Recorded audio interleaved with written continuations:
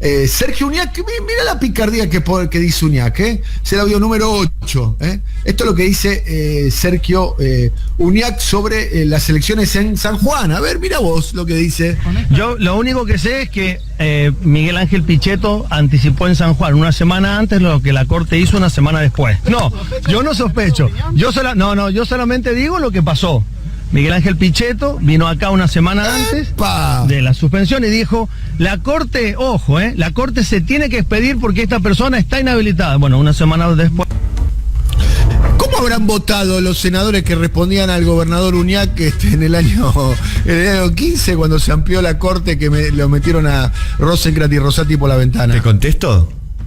¿Cómo habrán votado, no? Porque ¿quién habrá convencido a los peronistas territoriales, perdón, me corrijo, vamos hacia atrás, a los pejotistas territoriales de que Rosenkrantz y Rosati estaba bien? Uno era estaban bien Pichetto. Nombrados. ¿Quién los habrá convencido, no? El argumento era, hay que dar gobernabilidad. ¿Y quién los habrá convencido y cómo los habrá convencido? Porque Mansur y Uñac eran uno de los que estaban también, ¿entendés? Sí. Poniéndole un clavo al ataúd del kirchnerismo, ¿no? Sí. Durante 2 años estuvieron ahí, ¿o no? Totalmente. Hay una frase, ¿no? En latín, la tengo que buscar en latín, pero dice Roma no paga traidores, ¿no? Exacto. Igual la palabra traidor es una palabra, yo casi no la aplico, pero es interesante esto, ¿no? Escucharlo a Uñac, cargándole la responsabilidad de haber influido en la Corte para suspender las elecciones a gobernador, a Pichetto. Vamos a escucharlo de vuelta. Es interesante, ¿no? ¿Por qué? ¿Quién empoderó a Pichetto? ¿Quién lo puso de manager del peronismo, del pejotismo territorial y de los gobernadores a Pichetto? ¿Quién fue? Y fueron los... ¿No? Que tanto así que terminó siendo el candidato a vicepresidente de Macri. Escuchémoslo, Uñac. Yo lo único que sé es que Miguel Ángel Pichetto anticipó en San Juan una semana antes lo que la Corte hizo una semana después. No, yo no sospecho. Yo solamente digo lo que pasó. Miguel Ángel Pichetto vino acá una semana antes de la suspensión y dijo, la Corte, ojo, la Corte se tiene que expedir porque esta persona está inhabilitada. Bueno, una semana después. Bueno, un poco contando que... Ojo, Dani. Ojo, sí. Que están anticipando los de Juntos por el Cambio que van a ir por la Corte para que no haya más reelección en Formosa. Sí, claro. Lo acaban de anunciar, que no llega a venir un fallo diciendo que en Formosa no puede haber reelección. Bueno, sí, pero esto es la diferencia, querido profesor, usted que de esto sabe, de la historia de la Corte y demás, la diferencia entre hacer la guerra, que es lo que está haciendo el bloque histórico que también representa la Corte, ¿no? Y jugar a los soldaditos, claro, que hizo el Frente de Todos, claro, en todas sus variantes, en todas sus variantes. Esta cuenta no es solamente para Alberto Fernández, Ya a esta altura podemos decir que en todas sus variantes, en todas sus matices, jugaron al acuerdo con un sector de la historia argentina, un bloque histórico de la Argentina, que no quiere acordar. Por eso es un diálogo que es un poco insostenible. Los que proponen el acuerdo, ya más acuerdista no puede ser el peronismo. Hace 10 años que están girando hasta el centro, desde Insaurralde. Sí, ¿no? Sí, se pasaron del centro. Lo pusieron, además, el gesto de Cristina, de ponerlo a Alberto Fernández era... yo me acuerdo que yo fui a comer ese día con Cherky Vialo y con Tuni Coleman, dije, Cristina es bandera blanca, o de rendición, cosa que no creo, o de tregua. Claramente fue una tregua, ¿no? Sí. Porque poner a Alberto Fernández es poner a alguien que básicamente un talibán del consenso, ¿no? Sí. Claramente, un extremista de centro, como le dicen en Europa, creo que le dicen así, un extremista de centro. Bueno, salió mal. Sí. Y después lo pone a Massa, ¿no? O lo empodera a Massa como ministro. Sale mal. Habría que probar con uno propio, ¿no? Quizás sí, en algún momento. Igual la moderación no impidió un ajuste, ¿no? Claramente. Entre otras cuestiones no impidió un ajuste. Bueno, sí, estuve escuchando muchos comentarios sobre que la decisión de la Corte terminó de unificar al peronismo, como que hubiese dado una mano a la unidad. No sé si es un efecto boomerang de esto que se está discutiendo ahora, no sé cómo lo ves vos. Puede ser, habría que ver si eso termina cohesionando al gobierno. Debería, ¿no? Porque debería. Me parece que el gobierno debería, el oficialismo debería de interpretar. Por eso me parece determinante el audio de Sergio Uñac. Sí.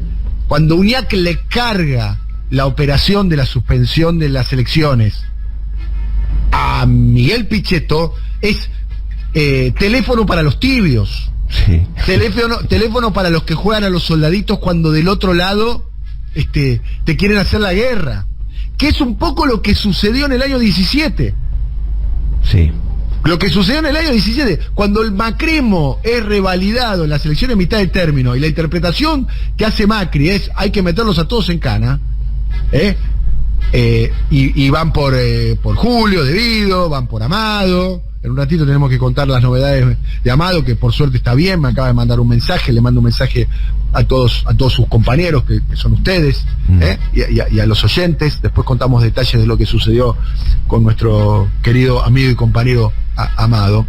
Pero en aquel momento, en el 17, profe, un poco si responde tu pregunta, porque es una pregunta que no tiene respuesta, no tiene una sola respuesta. Claro. En aquel momento, muchos de lo que eran el pejotismo territorial que conciliaba con María Eugenia Vidal, con Macri, con Salvay, dijeron, ojo, que lo próximo podemos ser nosotros, ¿no? Sí.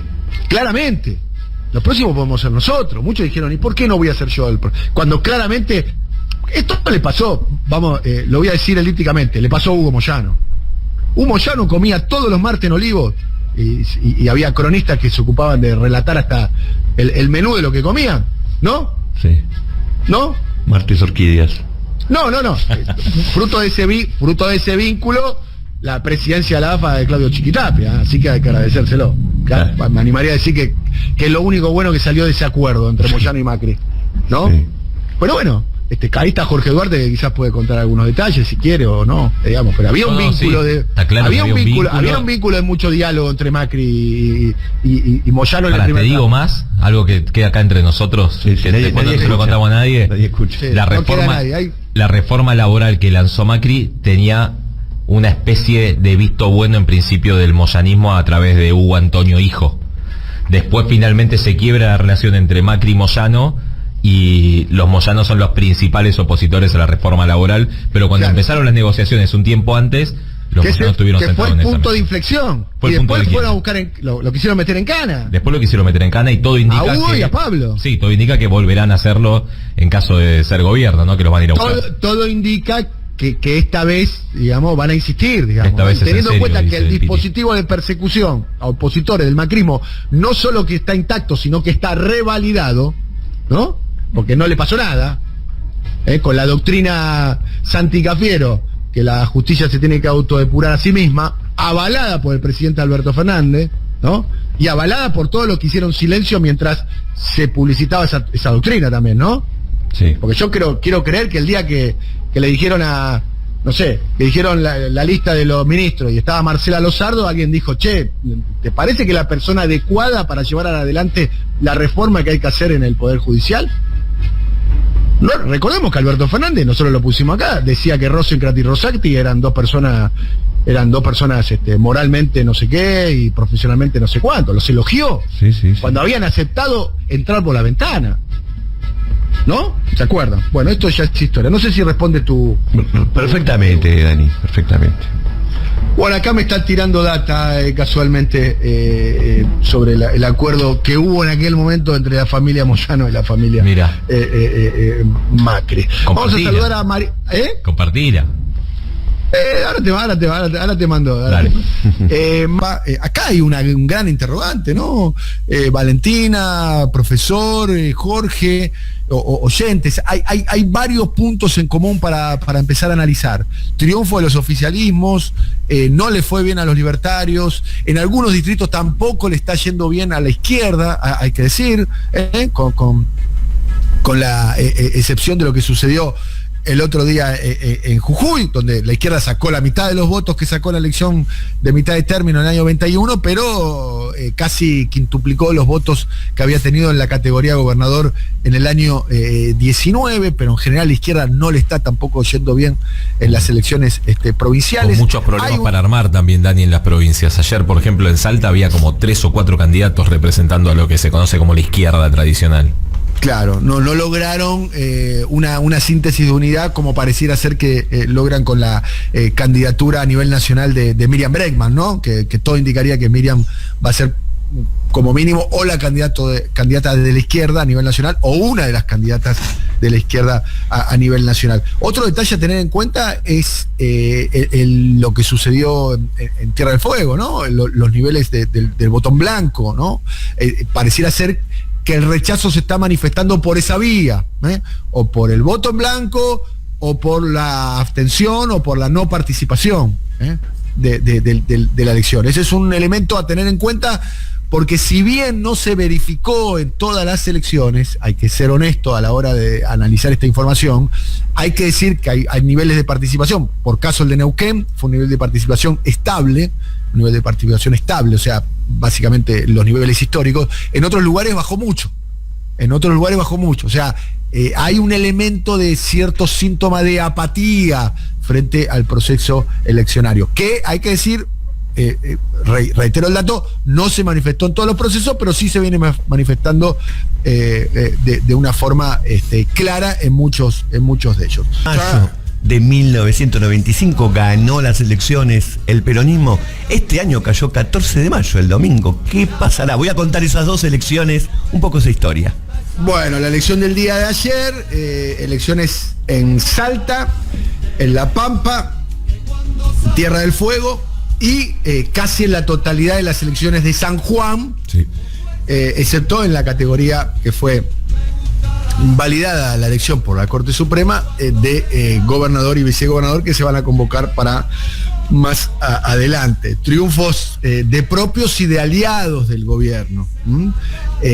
Primera cuestión, ¿no? para determinar, viene verificándose lo que venía verificándose en las anteriores elecciones provinciales, que es el triunfo de los oficialismos, excepto con la excepción enmascarada de Neuquén, que por lo menos en el análisis que nosotros hicimos propio, la elección en Neuquén fue una interna a cielo abierto del interior del Movimiento Popular Neuquino, más allá de que la marca Movimiento Popular Neuquino había perdido. Pero en Salta, en La Pampa, en Tierra del Fuego y en San Juan, por diferentes distancias y diferentes lecturas, y hay muchos matices al interior de cada elección, que vamos a ir analizándola una a una, ha ganado los oficialismos. Sí. Y han ganado los oficialismos vinculados al oficialismo nacional, de algún modo o de alguna manera. La distancia más importante se dio en la provincia de Tierra del Fuego. Paliza en Tierra del Fuego. Sí. Donde el gobernador Melella, Gustavo Melella, sacó casi el 52% de los votos, y la segunda opción más elegida por los fueguinos fue el voto en blanco. Sí. El voto en blanco. Es más, entre el segundo, que fue Héctor Stefani, y la tercera, que fue Laura Almirón, no logran superar juntos al voto en blanco en Tierra del Fuego, donde los niveles de participación también fueron bajos. Bajaron, no bajos, pero hubo un nivel entre el voto en blanco y los niveles de participación bajo. Hay un detalle ahí para tener en cuenta. Después, en Salta, la elección fue para Gustavo Sáenz, que es el actual gobernador, que logró la reelección, que sacó casi 48 puntos. El segundo salió el candidato de Juntos por el Cambio, muy pero muy lejos, con 17% y un poco más. Y tercero, casi segundo, Emiliano Estrada, un candidato que fue apoyado por algún sector también del gobierno. otra marca más para definir las elecciones, digamos. Después están, insisto, los matices en cada uno de los distritos. Han ganado los oficialismos provinciales, no se ha verificado lo que plantean las encuestas nacionales presidenciales, aunque todavía ni siquiera están los candidatos a presidente. O sea, se supone que es la especulación de la especulación de la especulación. Hoy una encuesta por candidatos presidenciales, pero no se plantea el crecimiento que plantean hoy las encuestas presidenciales de el fenómeno Milei. Sí. A la hora de las candidaturas provinciales, el fenómeno de los libertarios no se verifica, por lo menos. En absoluto, Dani. En absoluto. Y en Ushuaia, ¿te acordás que llegó Milei? Parecía que multitudes lo venían a buscar y no. 7 puntitos sacó. 7 puntitos. Sí, 7 puntos la candidata de Milei, ¿no? Que tengo entendido que era una pastora evangelista, ¿no? Sí. Exactamente. Antiabortista, todo eso. Sí, exactamente. O sea, le fue mal a la candidata de Milei, y le está haciendo mal, incluso en distritos donde llevó un candidato con apellido y con cierta estructura, como Martín Menem en La Rioja la semana pasada. Sí. Aún así, a Milei no le está yendo bien. ¿Pone en duda, Dani, esto lo que muestran las encuestas? ¿O en realidad, como no está en la boleta, no se Yo me sabe? animaría a decir que es más la segunda opción que la primera. Para mí, en un punto es parecido a lo que sucedió con Bolsonaro cuando salió electo en el año 18, casi de un partido que no tenía nada. Era una figura, digamos. Era una nada figura más. que solamente lo que resumía era él y su proyección mediática. Después tenía un armado político no partidario, que tenía que ver o con las Fuerzas Armadas, o con las policías, o con los sectores evangelistas pentecostales, o con las milicias, particularmente en la zona de Río de Janeiro. Que no es poco, ¿no? De hecho, ese es el partido bolsonarista, el real partido bolsonarista es ese, más allá de que formalmente hoy ocupe el partido del PL. O sea, pero cuando... en el 2018 él estaba en un fenómeno sin ningún tipo de estructura. Es más, cuando va a las elecciones municipales del 2020, porque en Brasil no hay elecciones de mitad de término legislativas, hay las elecciones de mitad de término se eligen los prefeitos de todo el país, ¿sí?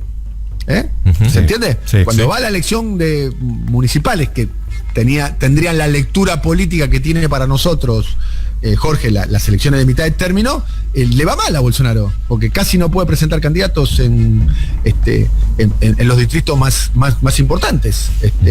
No le va bien a Bolsonaro. Es más, muchos interpretan que es como una derrota desde el punto de vista político y electoral. Y después terminó gobernando 2 años más, claro, y llegando al balotaje con una posición expectante. No estoy comparando peras con manzanas, las dos son frutas, una es pera, la otra manzana. Pero son señales.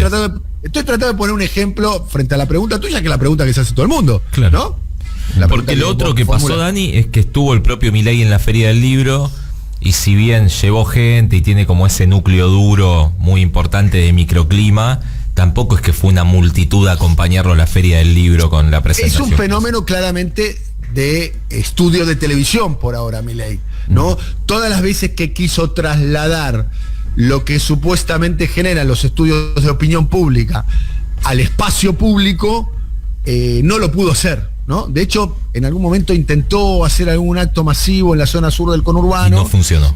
Y no funcionó, no le fue bien, no le fue bien, ¿no? Me parece que la bronca que genera Milei no es una bronca que moviliza. En ese sentido hay una diferencia con Bolsonaro, ¿eh? Bolsonaro era... El apodo que recibió durante la campaña es Omito, el mito. Y claro, en cada ciudad que bajaba en el aeropuerto se producía una multitud de personas que espontáneamente... Qué gran apodo ese igual, ¿no? El mito. Sí. Omito llegó. Acá teníamos la canción del año 18, lo teníamos, la pasábamos. Ahí. Vamos a escuchar ahora al gobernador Sergio Silotto, uno de los grandes ganadores del día de ayer, reelecto gobernador en la provincia de La Pampa, que habló sobre las elecciones en Tucumán y en San Juan. Hizo referencia a las elecciones para gobernador suspendidas en Tucumán y San Juan, y Silotto dijo esto: es muy triste que se haya cercenado a las sanjuaninas, los sanjuaninos, las tucumanas, los tucumanos, como decíamos hoy. Hoy sería un día de fiesta, hoy tenía que ser un día de fiesta. Había otra alternativa, y no hablo de la cuestión de fondo, había alternativas que tenían que ver con tener un poco más de tacto y no en cierta manera cortar, para algunos, por el hilo más fino. Para nosotros, lo peor que hicieron fue cercenar la voluntad popular. Muy bien, muy bien. Esto es lo que planteaba el gobernador Sergio Silotto. Ahora escuchemos a Gustavo Sáenz, gobernador del reelecto de Salta. Este es el análisis que hace Gustavo Sáenz sobre la cuestión del impacto a nivel nacional de los resultados en Salta. Esto decía. No, absolutamente provincial. Nosotros desde el año 2015 hemos llevado adelante un proyecto absolutamente provincial que tiene que ver con las necesidades de nuestra provincia. Venimos reclamando federalismo hace mucho tiempo, no solamente quien les habla, sino un grupo de gobernadores que entendemos que hay asimetrías muy grandes con el centro del país y que tienen que ver con eso, ¿no? Con defender los intereses de los salteños en este caso, y lo venimos haciendo desde ese momento. Desde que nació la patria, que lamentablemente hay un país absolutamente centralista que no define tarifas iguales para todos los argentinos. Parece que hay argentinos de primera y de segunda, y no es así. Esto lo viven todos los argentinos, acá no hay nada psicológico, acá está absolutamente claro que los salarios van por la escalera y la inflación va por el ascensor, así está de claro esto, ¿no? Esto es lo que decía Gustavo Sáenz, el gobernador reelecto de la provincia de Salta, ¿no? Bien, a todo esto, después que tengo una pregunta para hacerle a todos, que es un poco la pregunta que que subyace hoy en la mañana de hoy, luego de los resultados electorales de la semana pasada y de este super domingo, que estuvo a punto de ser 5-0 para las diferentes variables del oficialismo y terminó siendo 4-0 o 4,5 a 0 para las diferentes variables del oficialismo en términos electorales. Y tengo una pregunta para hacerle, para que la piensen, ni siquiera me la tienen que contestar hoy, porque es la gran pregunta que subyace hoy. Dicho sea paso, es una de las conversaciones públicas hoy en las redes sociales. ¿Cómo puede ser que frente a la descripta y macroeconómicamente crisis que se está viviendo en la Argentina, el oficialismo provincial terminen ganando y en algunos casos revalidando taxativamente, con claridad, como el caso de Melella, más del lado de la izquierda, como el caso de Gustavo Sáenz, más ligado al masismo. Es una gran pregunta. Una gran pregunta, sí, sí.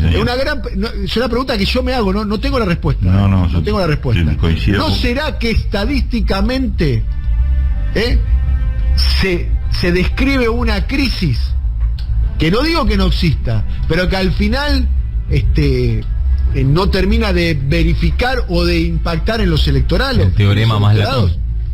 El teorema más latón. Bueno, lo que describe, porque acá hay una cuestión, y me gustaría hacer un punto acá y debatirlo o en la última hora de nuestro programa si podemos, o si no, lo podemos para mí puede ser un tema interesante para sumarla a Valentina y analizarlo mañana en el conversatorio, en el momento rulo, ¿no? En el conversatorio económico. Quizás la sociedad está, porque esto ya no es especulación, no es la encuesta de Biribiri, de Pirulito y asociados, no, acá es las mayorías electorales en un domingo de elección, hay una manifestación muy clara. Algo está pasando, que yo no lo logro ver, lo digo honestamente, lo digo honestamente. Yo te dejaría una hipótesis que tampoco tengo cerrada una respuesta, pero sí coincido que es la gran pregunta, ¿no? Porque yo sí creo que la crisis es real, que estamos en una crisis concreta, y bueno, lo vengo diciendo. Lo que me da la sensación, o por lo menos me pregunto como pregunta adicional, es: ¿está el electorado diferenciando lo que es el voto local del voto a nivel nacional? Es decir, deja a los candidatos locales al margen de la responsabilidad de esto que está pasando, cosa que con los candidatos nacionales probablemente no. ¿Algo de esto pasa? ¿Vota distinto a cuando tiene que votar? Vale decir que lo mismo le pasó a Macri, que terminó perdiendo la elección, pero todos los candidatos del macrismo, la ciudad de Buenos Aires, bueno, excepto María Eugenia Vidal, pero Morales, Valdés en Corrientes les terminó yendo bien en el año 19. Lo planteo como hipótesis, como claro, para que lo vamos desarrollando. Mendoza también, claro. Bueno, pero vos decís, también. María Eugenia Vidal, que justamente la elección fue el mismo día que la nacional. Por eso está pensando Kicillof en desdoblar también, ¿no? Claramente, y además la provincia de Buenos Aires es la elección más, llamémoslo, por el impacto del conurbano, la más nacionalizada de todas. Sí. Históricamente la más nacionalizada de todas. Bueno, 11:03.